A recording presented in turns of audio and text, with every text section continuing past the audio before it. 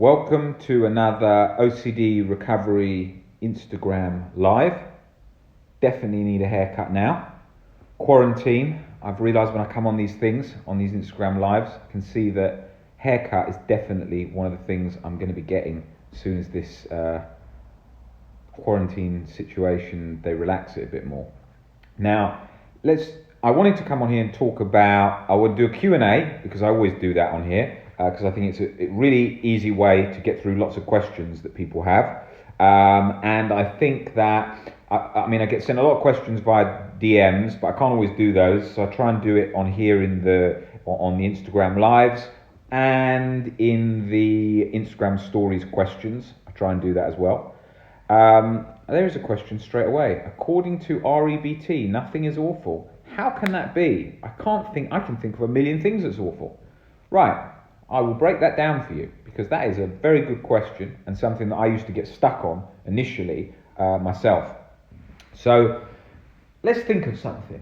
What about if I walked down the street and somebody came up, got out a car, punched me in the face, broke my nose, broke my jaw, and then broke one of my legs? How would that be awful? People would say that'd be awful. That was completely uncalled for. What a terrible situation to be in. Right, absolutely, wouldn't be an ideal situation to be in. But how bad would it be if we actually look at it rationally? Well, a broken nose, how quickly am I going to get over that? Probably reasonably quickly. It's not in the scheme of length of life and injuries. Broken leg could take longer, 6 months or so. It might be very inconvenient. Broken jaw, so it might take a while.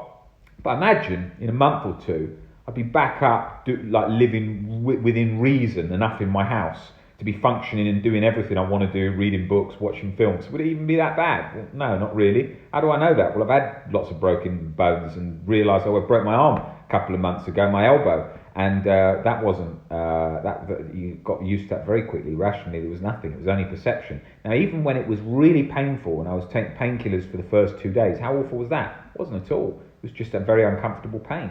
Now, what happens if I'd got everything broken from the waist down? That would be more uncomfortable pain. Awful? No, just some uncomfortable pain, right? What about if we go further and someone got out of the car and shot me straight in the head?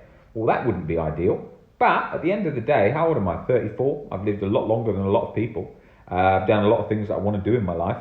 I'd be dead, I wouldn't know it.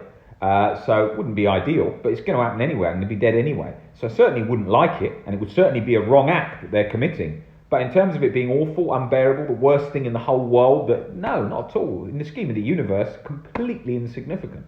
So when we actually change our perspectives on things, nothing is awful. It can be damn inconvenient, it can be an inconvenience, but not awful. The worst. Awful implies it's 110% bad. The worst thing ever. Nothing could be ever worse. Like so unbearable. Well, it's not. It just is what it is. It just is. Just is. It's just happened. No judgment. It just happens. How many people pass away? How many people die at all different ages? To someone who's terminally ill at 5, they would dream to live at 34. So it's obviously a perspective thing.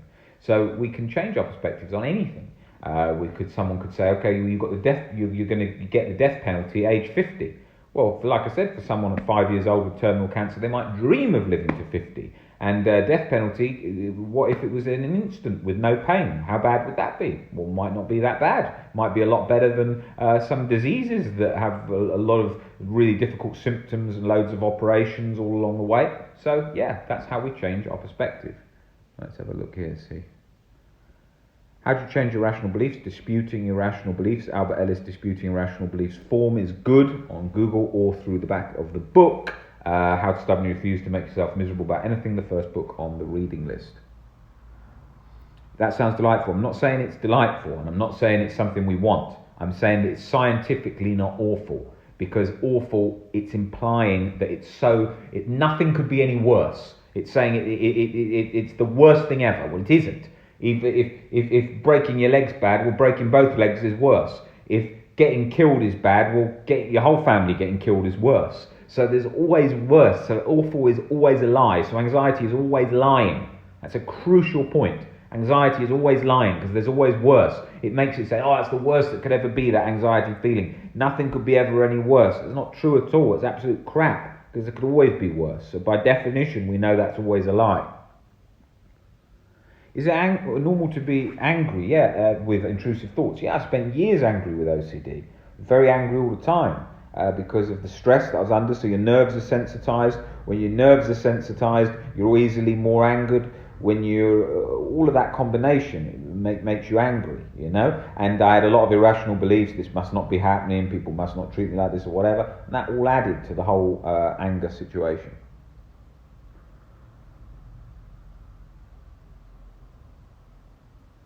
Do you need to tell your partner the specific content of your thoughts? No, you don't have to tell anybody if you didn't want to. You could choose to, but you don't have to, right? People often think, oh my God, I have to tell my partner, or I'm going on a date, I must tell them about my OCD. Where does it say you have to tell them? If I went on a date, I wouldn't tell them about OCD. I don't even tell people what I do for a living if I go on a date. Why? Because it opens up so many questions. Oh, by the way, I run a company called OCD Recovery. I used to have OCD. Okay, now I've got 10,000 questions to ask you. So it makes things so much easier if I don't go into that. So you don't have to feel obligated to do that. We feel that we want to share, we want to be honest, all these kinds of things, but in reality, we don't need to do that at all. We go along with our relationship, and we see how we go, and then we can introduce them to different things. Otherwise, because if they don't understand it, they might end it all very quickly without getting to know you because they might be scared of it. The same as anything. So you maybe just come. This is a different situation to mental health. Let's get that straight. But like, if you had just come out of jail, you'd served a sentence and got your life back, you wouldn't necessarily go on a first date and go, "Hi, nice to meet you. Just come out of jail, served 5 years."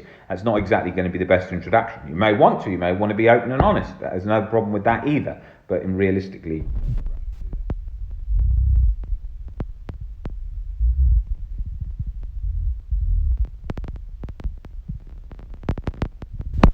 I'm having a hard time keeping the distance from people I care about. How do I stop the OCD thoughts that I will lose them? Are you talking about in relation to COVID-19? Let me know about that. I'm obsessed with thinking, how does the universe exist? It's unfathomable, but I can't stop. Yeah, well, that's one that used to get me a lot. Like the famous scientific question of why is there something rather than... this phone's about to bloody die. 1 second, let me plug this in. Why is there something rather than nothing? That used to blow my mind. I used to think, how can there be something? How is that even possible that there can be something rather than nothing? And it took...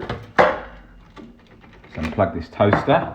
Plug this charger in. Guarantee I'm going to forget that this toaster has been unplugged, and then I'm going to put toast in it and forget that. Let's just plug that in. So you're not going to get an answer to that. Like, I could never ever get to a position where I was able to comprehend that. So I can't comprehend that. I'm completely uncertain. I've got no idea about the universe situation or any of that. And I'm okay with that. I understand I am here and I'm living my life, but there could be why I'm in this position, why that's happened, I don't need to know. I've just got to get comfortable with not knowing. It's your constant chasing, trying to find an answer, trying to work all this stuff out all the time. That's what's causing the problem.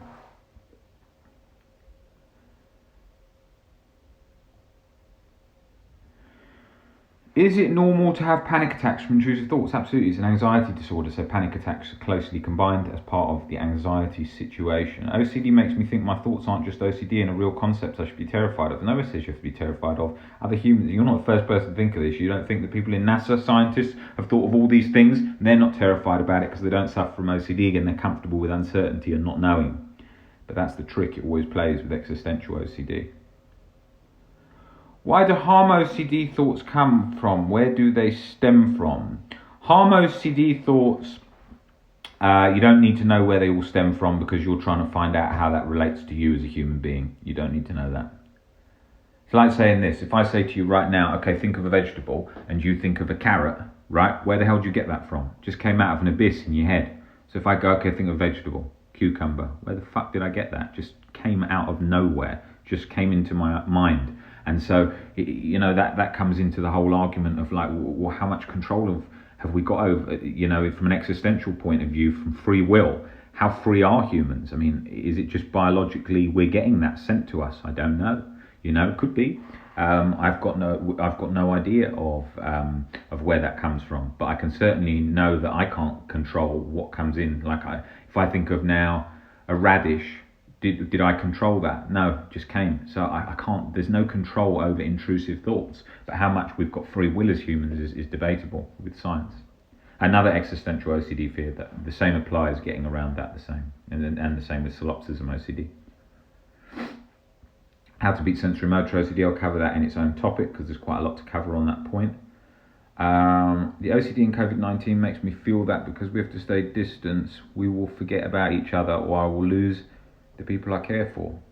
Well, you won't forget about people, you probably get closer to them because when it's over, you'll get back with them. But I imagine you're scared of losing contact with people.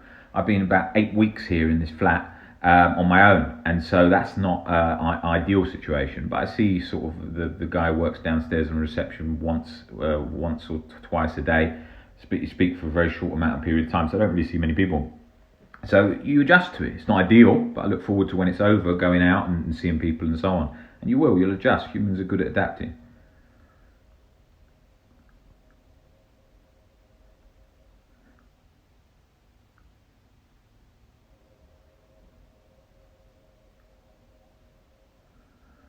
Real event OCD thoughts and confessing what the thought really is a true memory. How to deal with real event OCD thoughts and confessing that the thought really is a true memory. You're not going to be able to work that out.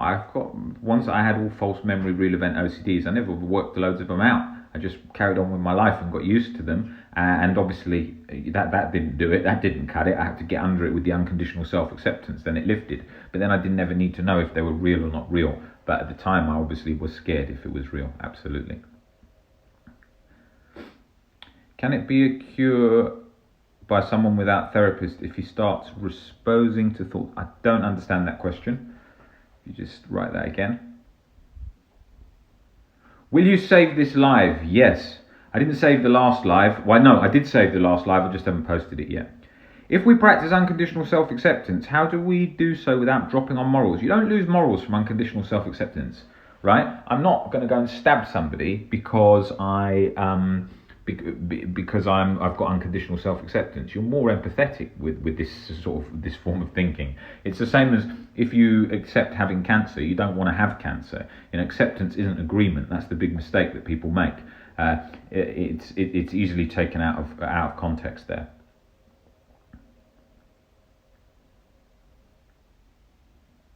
I've got magic thinking. It feels if I eat or get dressed in certain ways, it will kill. You've got to eat and get dressed in the wrong ways so that you do think you get killed or whatever, or someone gets killed. You've got to do that. You've got to go towards it. Do you recommend a book for unconditional self-acceptance? Yes, first book on the reading list, on my reading list, How to Stubbornly Refuse to Make Yourself Miserable About Anything by the founder of CBT, Albert Ellis. That's the best one to start with. And the second book is great, The Myth of Self-Esteem by Albert Ellis for that too. How can I stop relapsing or being afraid of the next thing I think of? Because you're scared of being scared, you're scared of being anxious, fear of fear. That's why you're on guard watching that. That's something that we cover a lot in the coaching sessions to help get under that. Is there a connection between OCD to not doing school homework when I get them and making them only the day before I need to send it? Yeah, because you're uncomfortable all the time with anxiety, you want to put off more discomfort, so you put it off further and further till later and later on. How to start working with harm OCD? What do you recommend? Definitely want to start with those books that I just mentioned. Great place to start. That really help get under everything. Yeah, really, really good position to start. Look, let me give you an example about acceptance. This button has just broken on my shirt, right? Now, I accept that a button's broken. If I didn't accept, I'd go, oh my God, I can't believe it, I can't stand it, a button has just broken on my shirt, right? So I accept a button is broken on my shirt, and then I will go, okay, I've got to get this button fixed, right? So acceptance would be resistant to that, okay?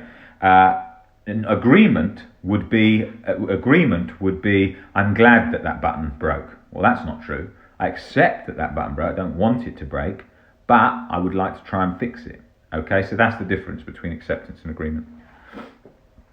I just want to stop my thoughts. Is it possible without a psychiatrist? Yes, it is, but you've got to do a lot of reading and you've got to do a lot of exposures and you've got to do a lot of disputing irrational beliefs. Very tricky to do on your own. It is tricky. It is tricky. So it's easier to do with someone who really understands OCD. The person's got to understand, otherwise it can be just the same as doing it on your own or not doing it at all if they don't understand it. So you really need someone who really knows about it.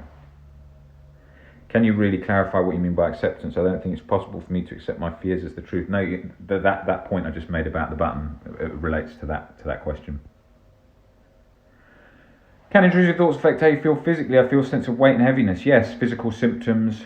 You're naturally scared, so the body then, the way it pumps blood, the way it takes blood away from other parts, the way it tenses muscles up, that's what you'll feel.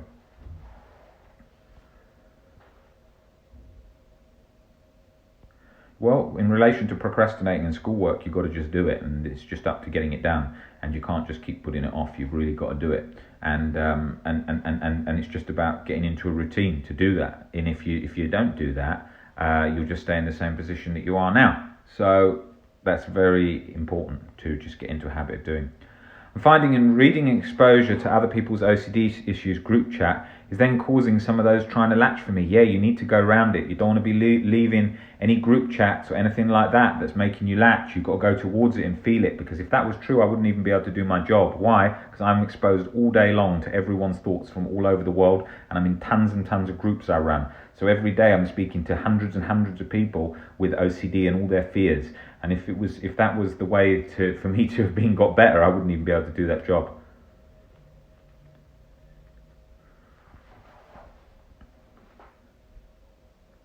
Don't worry about if OCD recovery would be shorter for someone else. Doesn't matter. It's just for you that you've got to focus on.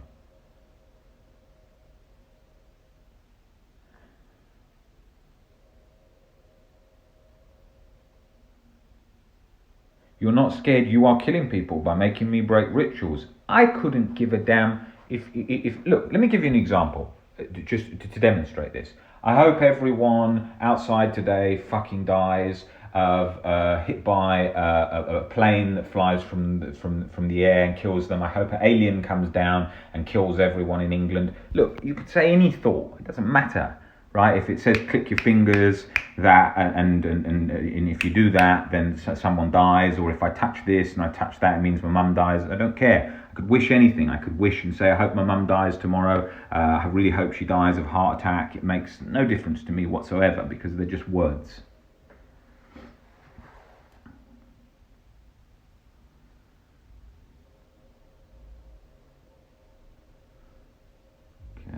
I feel like I'm getting a bit better, but then I see something that has to do with my themes, and it triggers my intrusive thoughts. But you've got to get around your themes. You don't want to be just sort of coasting along trying to avoid everything. You want to be moving towards things as best you can.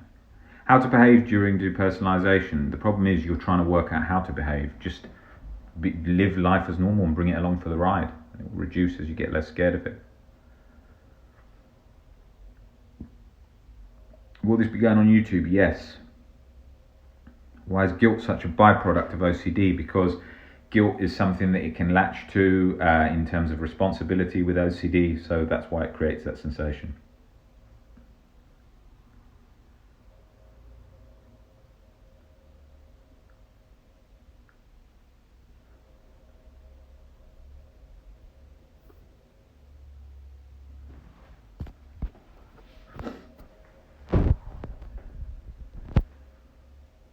I'm so scared of being outcasted from society. That's one of the ones. It's a really important part of recovery, learning to be okay with if you did get outcasted, seeing that you could survive. Plenty of people in time have been outcasted in society and still live just fine. If that was true, no hermit could ever be content, and they often are. Can medical marijuana help with anxiety? Don't go down that route, you don't need it. Does anyone know how to deal with false memories about harm? When I disregard the thought, I think, but what if I'm in denial? Fear of being in denial is part of the problem as well. You need to get under that too. All of that we cover in coaching, because there's quite a lot to cover in that topic. I can't do that just on an Instagram live. How do you get over something that's related to harm, OCD or POCD? Well, unconditional self-acceptance does exactly what it says on the tin. Okay, unconditional means anything, but acceptance is not agreement. It's really understanding that and seeing how that operates. The books will help lay out the path. We really go into depth in the coaching with POCD specifically, because it's very tricky to get under if you don't understand how. So we do a lot of work on that. Okay. Anything else I wanted to cover today? I wanted to come on here and do question and answers, but I did want to talk on some topic. I can't remember what it was now. I've forgotten. Doesn't matter. I'll work it out for another time and cover it in another Instagram live. When I started doing Instagram lives, I used to sit down with a pen and paper, and I used to write out and plan and think, oh, I've got to say this, I've got to say that. I come on here all the time without a plan. There's a kind of exposure for not being organised and being caught off guard or feeling like you might go blank in a session. It's worked pretty well, and you're not scared of that. It doesn't bother you. Things flow a lot better, I think, anyway. What was I going to say? How to do ERP for real event OCD. You have to target it specifically to your thoughts, look into the past or whatever's bothering you, and then we have to look at how that scares you and then make the adjustment towards that so that it does that. And that's what I do. That's what I do with people. How to accept that I might die from coronavirus. Well, if you accept death, it doesn't matter if it's coronavirus or anything. It's the acceptance of death gets into all of it. Are you exposed to? Are you talking about accepting the thought only as opposed to being reality? I'm talking about anything. Anything. Doesn't matter. Even if I was going to prison for 50 years, even if I was going to get cancer, even if I'd committed a terrible crime. Utter acceptance. That's what unconditional self-acceptance is all about. It's not what an unconditional life acceptance is all about. It's not just for OCD. Otherwise, I wouldn't be able to help anyone that had committed a crime or was facing prison or a disease. We'd say, no, sorry, have you got OCD? No, okay, we can't help you. You'll just have to go on your way. And there's obviously a lot more to it than that. Acceptance is it can't just apply for OCD, it applies to life. So that's very much what we're doing is getting under our life philosophies, which is where it all came from, Greek and Roman philosophy, through the Stoics, through Marcus Aurelius, Seneca the Younger, Epictetus, and so on. Diogenes created what is the format of what became REBT, CBT by Aaron Beck and Albert Ellis, that then formed all of that, and that's basically still stands exactly as it did today, and as it did in the past till today, and so that's what we're doing.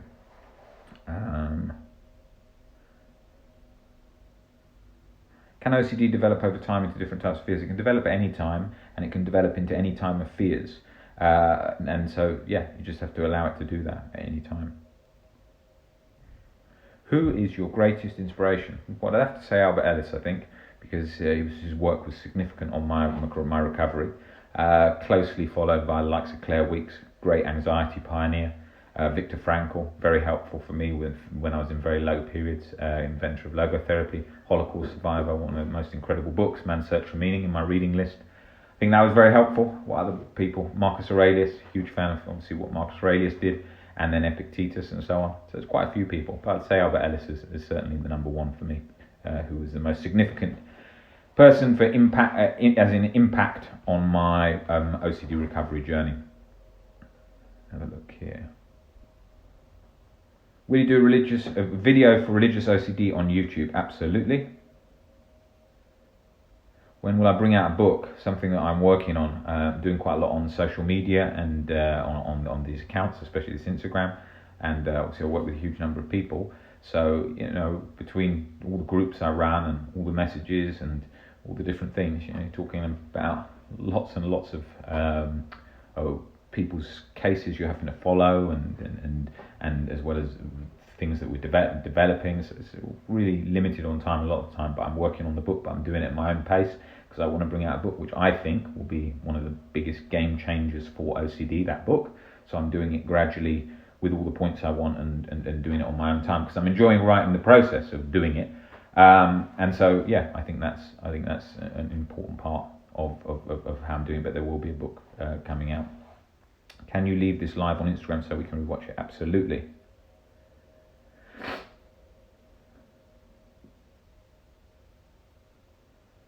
Okay, I think I've covered all of the questions today. I think this is a reasonably long Instagram live for me, covered most of the things. So any questions you do have, people often send me messages on Instagram all the time saying, look, can you help me with this? I've got just one question, I've just got one thought, can you do that? I occasionally do respond if I've got time, but these days, just because of the number of messages, I can't do it. So if you just send them on here, I'll always try and cover it on here and try and get through all your questions. And the same on Instagram stories, I'll do that as well. Great guys, thanks for having you all on here. I will see you on the next Instagram live and I'll speak to you then. See you guys, bye.